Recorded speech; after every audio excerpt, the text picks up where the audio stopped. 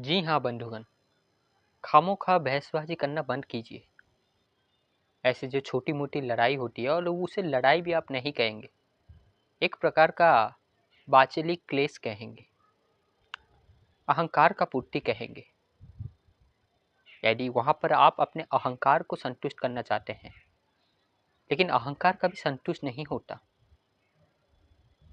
इसके बजाय उसको आप जितना और अधिक तृप्त करने जाएंगे, जितना संतुष्ट करने जाएंगे उसे, और उतना ही अधिक लोभी बनता जाएगा, उतना ही अधिक अतृप्त, असंतुष्ट रहेगा। क्योंकि ना अहंकार कभी मानता ही नहीं कि मेरे द्वारा गलत हुआ है, मैं दोषी हूं, मैं अपराधी हूं। वो हमेशा ये सोचता है कि मैं ही सही हूं, मैं ही सर्वज्ञ हूं, मैं ही सब कुछ हूं। इसका मतलब ये कि मेरे द्वारा कभी गलती नहीं हो सकता, मैंने जो किया वो सही था। कहने का तात्पर्य यह है, मेरे द्वारा किया गया हर कार्य उस परिस्थिति में और जो चिंतन में किया, वो मुझे लगता है कि मैं सही कर रहा हूँ, क्योंकि अहंकार की इसमें पूर्ति होती है। और जब भी उसका कोई विरोध कर देता है, भले ही उसमें कई लाखों गुना दोष हो, जो वो सोच रहा है, जो वो चिंतन कर रहा है, वो यथा युक्त नहीं है, धर्म युक्त नहीं है, ज्ञान युक्त नहीं है, बोध युक्त नहीं है, समाज के लिए हितकारक नहीं है, लेकिन वो तो ये मानेगा नहीं। क्योंकि ना वो तो पहले से ये मान बैठा है कि जो उसने किया वो सही है। इसलिए जो भी उसका विरोध करता है, उसके खिलाफ आवाज उठाता है, उससे लड़ने चला जाता है। और दूसरा वाला व्यक्ति यानी विपक्ष में भी अगर वैसा हुआ तो सोचिए कैसा होगा स्थिति। अगर विपक्ष समझदार है तो वो तुरंत ही पहचान जाएगा कि इसके साथ समय व्यर्थ करने के बजाय समय का सदुपयोग किसी और सेक्टर में लगाना चाहिए। कहने का तात्पर्य, आप इस तरह के मनुष्य को चाहे जितना भी समझाएंगे वो समझेंगे नहीं। अगर सभी मनुष्य बातों से समझ जाते तो फिर कभी भी महाभारत जैसा महान युद्ध नहीं होता, इतना विनाश नहीं मचता, है ना। क्या भगवान ने दुर्योधन को समझा पाए? नहीं। और ऐसे लोग रहेंगे, क्योंकि ना ये संसार 3 गुणों से बना है, सत्व, रज और तम। ऐसा कभी नहीं होगा कि एक ही प्रकार के, एक ही गुण के मनुष्य है, नहीं। ये संसार मिश्रित गुणों से बना है। और इसका मतलब ये नहीं कि एक व्यक्ति में सिर्फ एक ही प्रकार के गुण है, नहीं। ये तीनों का मिश्रण है। वास्तव में ये 3 गुण का चर्चा किसी और एक दिन करेंगे। क्यों? क्योंकि ना ये 3 गुण का चर्चा के लिए एक पूरा वीडियो चाहिए। लेकिन क्योंकि मैं ये वीडियो जिस विषय में कह रहा हूँ, यानी जिस विषय में बना रहा हूँ, क्योंकि आज मैं जिस विषय में बात करने वाला था उस विषय में ये गुण आ गया, इसीलिए मैं थोड़ा कह दिया। तो बंधुगण, जो मैं कह रहा था कि ऐसे छोटी मोटी युद्ध भी नहीं,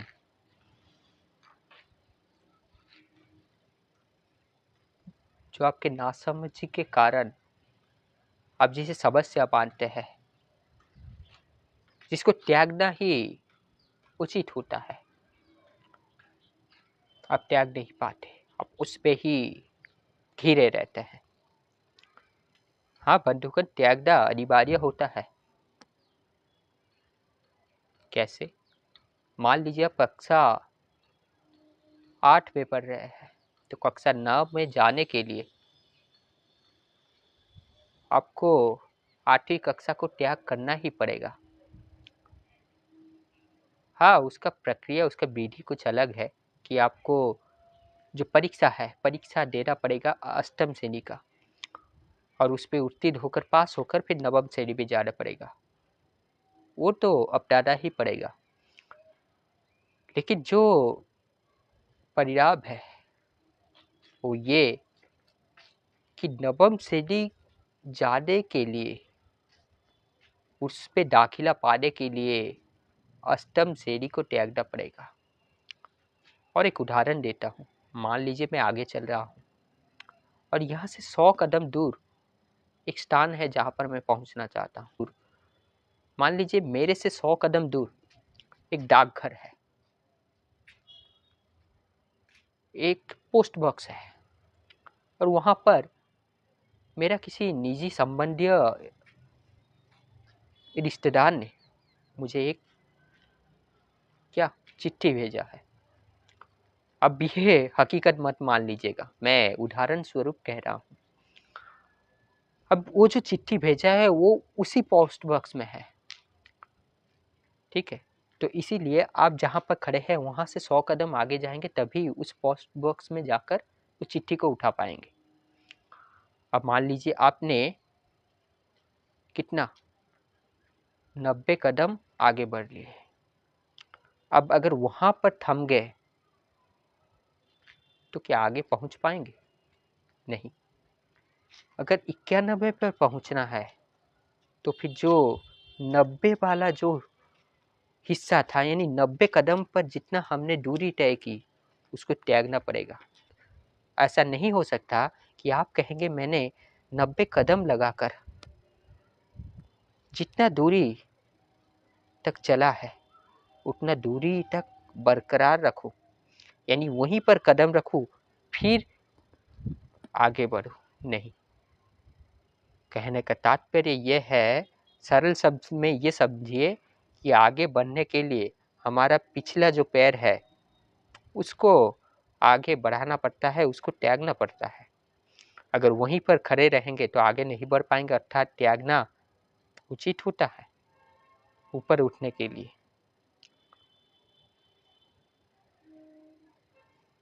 परंतु अपने स्वार्थ के लिए नहीं। हाँ, राष्ट्र के मंगल के लिए, समाज के मंगल के लिए अगर वहाँ पर चाहिए कि आपको स्वार्थी बनना है तो बनिए, लेकिन यहाँ पर आप जो स्वार्थी बन रहे हैं इसका कारण आप नहीं है। अबे तो इसका कारण है राष्ट्र के लिए मुझे स्वार्थी बनना है, क्योंकि ना मुझे अपने ऊपर काम करना है, अपने आप को आगे बढ़ाना है। और जब मैं आगे बढ़ पाऊंगा, जब मैं एक अच्छा स्थान पर होऊंगा, तब राष्ट्र के लिए, समाज के लिए बहुत कुछ अच्छा कर सकता हूँ। तो यहाँ पर स्वार्थी बनना उचित है। और यहाँ पर भी आप जो स्वार्थ को अपना रहे हैं वो अपनी तुच्छ कामना पूर्ति हेतु नहीं। हाँ, ये अवश्य है कि अपने आप को विकास करने के लिए, अपने आप को आगे बढ़ाने के लिए, परंतु उस आगे बढ़ाने से, अपने आप को विकास के राह से ले जाने के बाद क्या करेंगे? न समाज को कुछ देना है, राष्ट्र के लिए कुछ करना है, देश की सेवा करना है। हम याद रखिएगा बंधुगण, हमेशा देश को, राष्ट्र को सर्वोपरि रखिएगा और अपने आप को सबसे कनिष्ठ, यानी सबसे निचले स्तर पर, उसके ऊपर परिवार और उसके ऊपर समाज, फिर राष्ट्र, देश, है ना। जब ऐसे दृष्टिकोण आप रखेंगे तब देखिएगा आपका हर एक सिद्धांत, आपका हर एक निर्णय उचित ही होगा। तो बंधुगण, ये जो छोटी मोटी तुच्छ लड़ाई है, कैसे लड़ाई देखिए। और यहाँ पर लड़ाई सिर्फ नहीं, जो छोटी छोटी चीजें हैं, जो छोटी छोटी नोक झोंक होता रहता है, छोटी छोटी क्लेश होता रहता है, छोटी छोटी समस्या, इनको नज़रअंदाज करना सीखिए, इनकी उपेक्षा करना सीखिए, इनको त्यागना सीखिए। अन्यथा जीवन तो सीमित है, जीवन का ऊर्जा भी सीमित है, समय सीमित है। ऐसा नहीं कि आपका जीवन अनंत है, आपके पास समय भी अनंत है। क्या आज आप कह सकते हैं कि आपका जीवन काल कहाँ तक है? आज से कितना समय तक आप जीवित रह पाएंगे? आपका स्वास्थ्य का क्या हालत होगा? क्या कह पाएँगे? कहाँ तक आपका ऊर्जा, आपका शरीर आपको साथ देगा? क्या कह पाएँगे? नहीं बंधुगण, कोई भी नहीं कह सकता। ऐसा हो सकता है आज मैं बहुत अच्छा हूँ, कल इसी समय, इसी मुहूर्त मैं पूरा अस्वस्थ हो जाऊँ, कोई बड़ी अघटन हो जाए, कोई दुर्घटना के चपेट में मैं आ जाऊँ। क्या सही नहीं कह रहा हूँ बंधुगण? अपने आप से पूछिएगा। और यहाँ पर छोटी-छोटी नोक-झोंक मतलब कैसा? छोटी-छोटी समस्याएँ भी कैसा? कैसे? ना वो उसके साथ चला गया, उसके घर में कौन आया, उसने क्या पहना है, क्या खाया है, उसने ऐसा क्यों किया, उसने 10 गाड़ी खरीदी है तो मैं उससे 20 गाड़ी खरीद कर दिखाऊँगा, यानी 10 गाड़ी अधिक। यही होता है आज की प्रगति। यानी वो 10,000 चोरी करके कमा रहा है, तो मैं चोरी करके दिखाऊँगा कैसे 40,000 कमाते हैं, है ना? अब यहाँ पर चोरी मैंने उदाहरण हेतु लिया। जहाँ एक गाड़ी की प्रयोजन होता है, वहाँ पर वो 10 गाड़ी खरीद रहा है। भोगवादी मनुष्य है। हाँ, ये अलग चीज़ है कि आप बिज़नेस कर रहे हैं और बिज़नेस के लिए गाड़ी चाहिए होता है, तो जितना चाहिए उतना खरीदेगा। यहाँ पर मैं साधारण स्थिति कह रहा हूँ। तो वो उसने 10 खरीदा, तो मैं उसके साथ प्रतियोगिता लगा रहा हूँ, कॉम्पिटिशन कर रहा हूँ कि उसने 10 खरीदा तो मैं 20 खरीद के दिखाऊँगा। और कोई दूसरा है, वो दोनों मेरे गाँव से थे, मेरे इलाके से थे, मेरे समायु थे। एक ने 10 खरीद दिया, उसने 20 खरीद दिया। मैं कैसे पीछे रह सकता हूँ? मैं 50 खरीद के दिखाऊँगा। और सिर्फ़ इतना ही नहीं, अगर मेरे पास इतना पूँजी रहे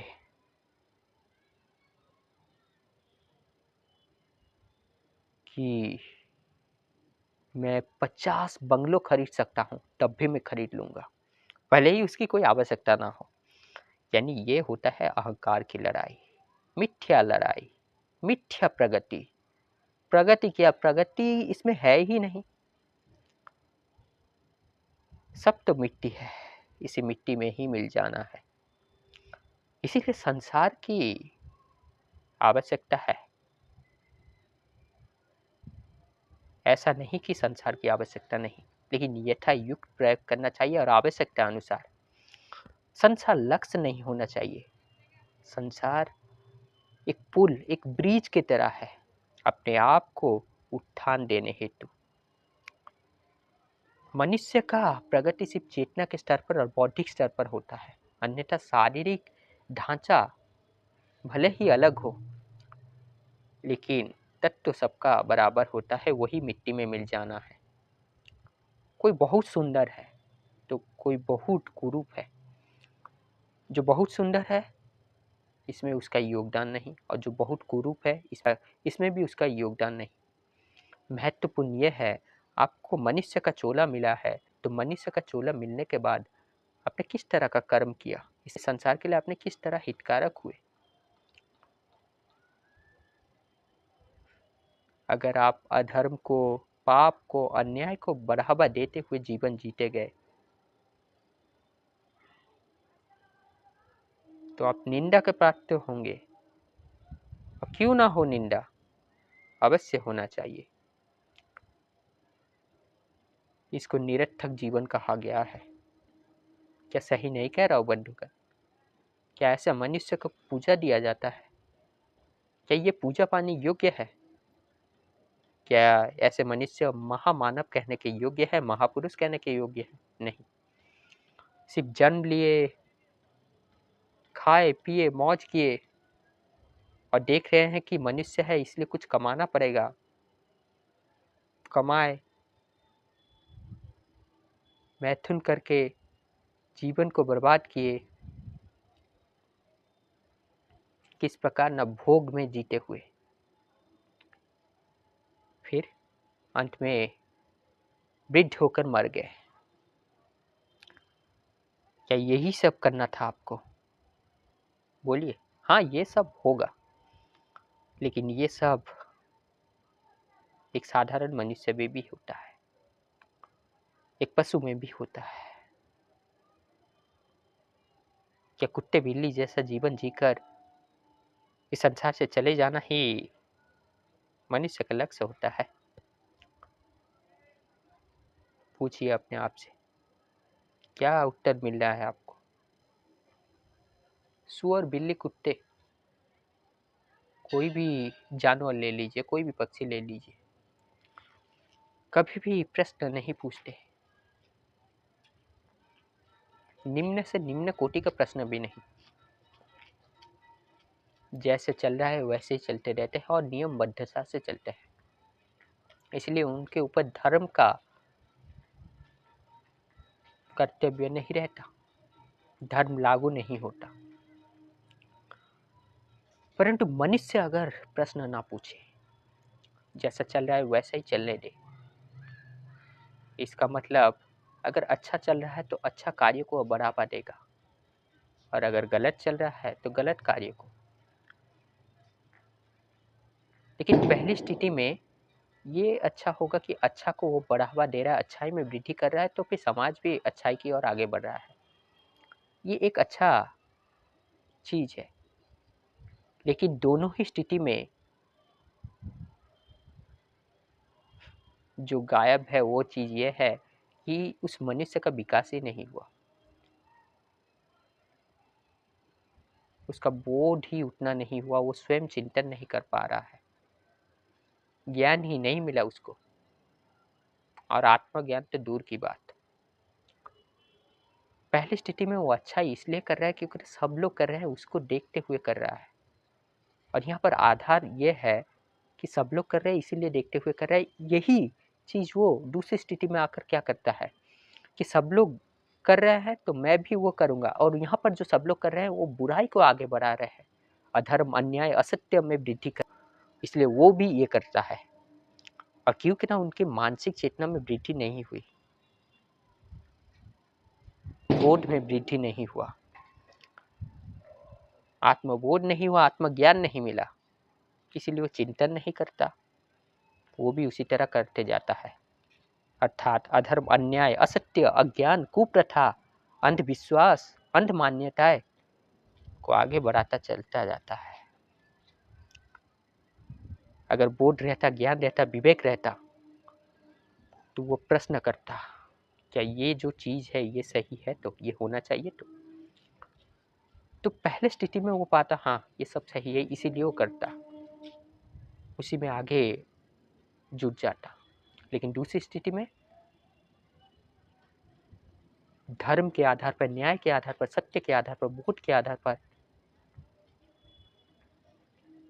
ये गलत दिखाई दे रहे हैं,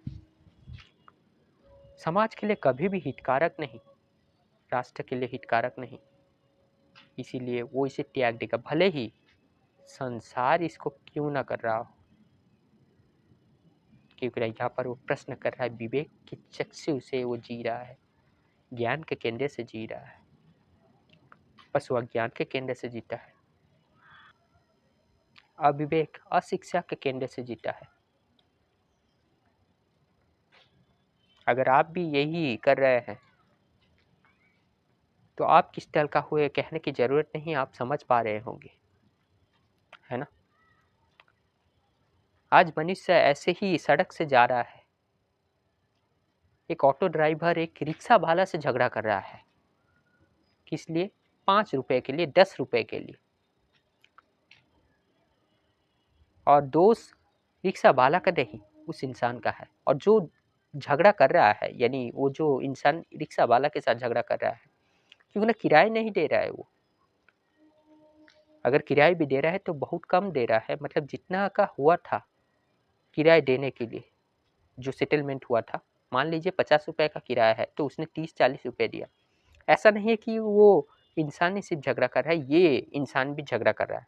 और हर वक्त ऐसा नहीं होता कि रिक्शा वाला ही सही होते, मतलब यहाँ पर मैं सबको ही कह रहा हूँ, ये मत लीजिएगा कि मैं रिक्शा वाला या फिर जो भी ऐसे छोटे मोटे कार्य करते हैं, जो अपने आजीविका पालते हैं इसी तरह के श्रम करके, जो अपने जीवन को पालन पोषण करते हैं इसी तरह के छोटी बड़ी कर्म करके, मैं उनके खिलाफ हूँ नहीं। तो बंधुगण,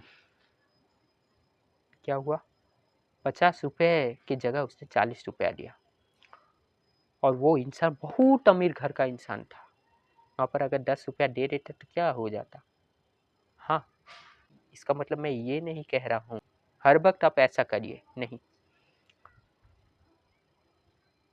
परंतु जहाँ बोध होता है कौन सा चीज महत्वपूर्ण है ये ध्यान रखना चाहिए।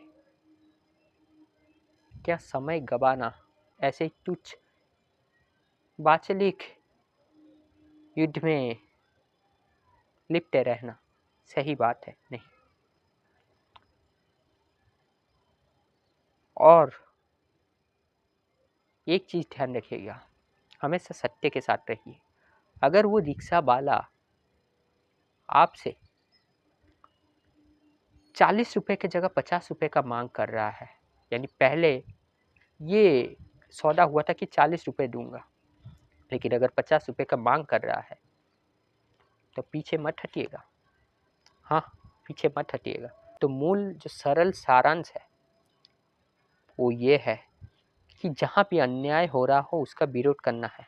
दूसरा चीज, हमेशा किसको वरीयता देना है ये मालूम रखना चाहिए। मान लीजिए मुझे बहुत अभी एक जरूरी कार्य करना है और वहाँ पर मैं अगर ऑटो वाला के साथ झगड़ा करने बैठ जाऊँ, मान लीजिए मुझे इंटरव्यू है, तो क्या इंटरव्यू वरीयता में रखना चाहिए या फिर ऑटो वाला के साथ 10 रुपए के लिए मैं झगड़ा करते रहूं।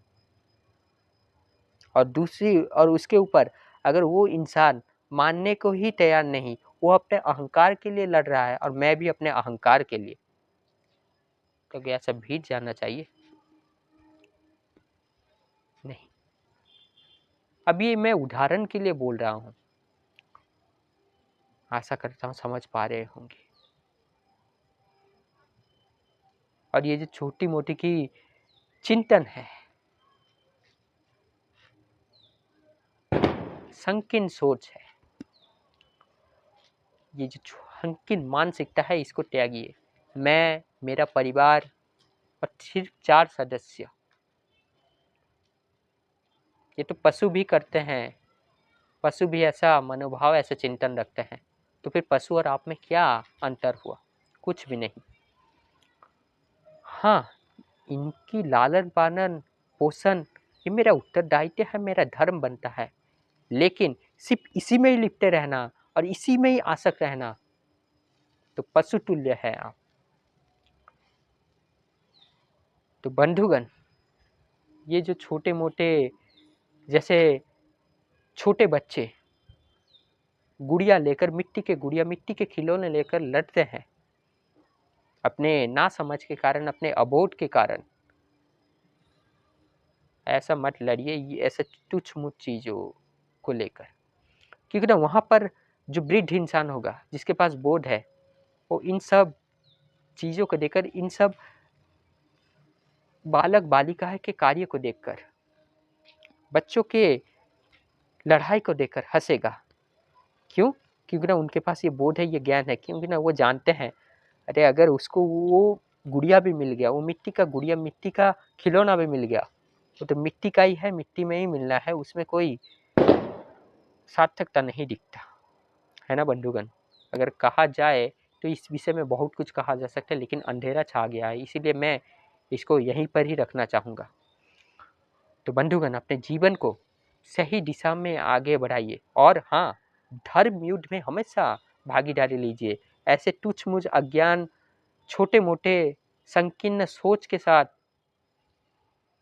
जो समस्या नहीं है जिसे आप समस्या मानते हैं, इनको त्यागते चलिए, तभी जाकर आपका मंगल जुड़ा है।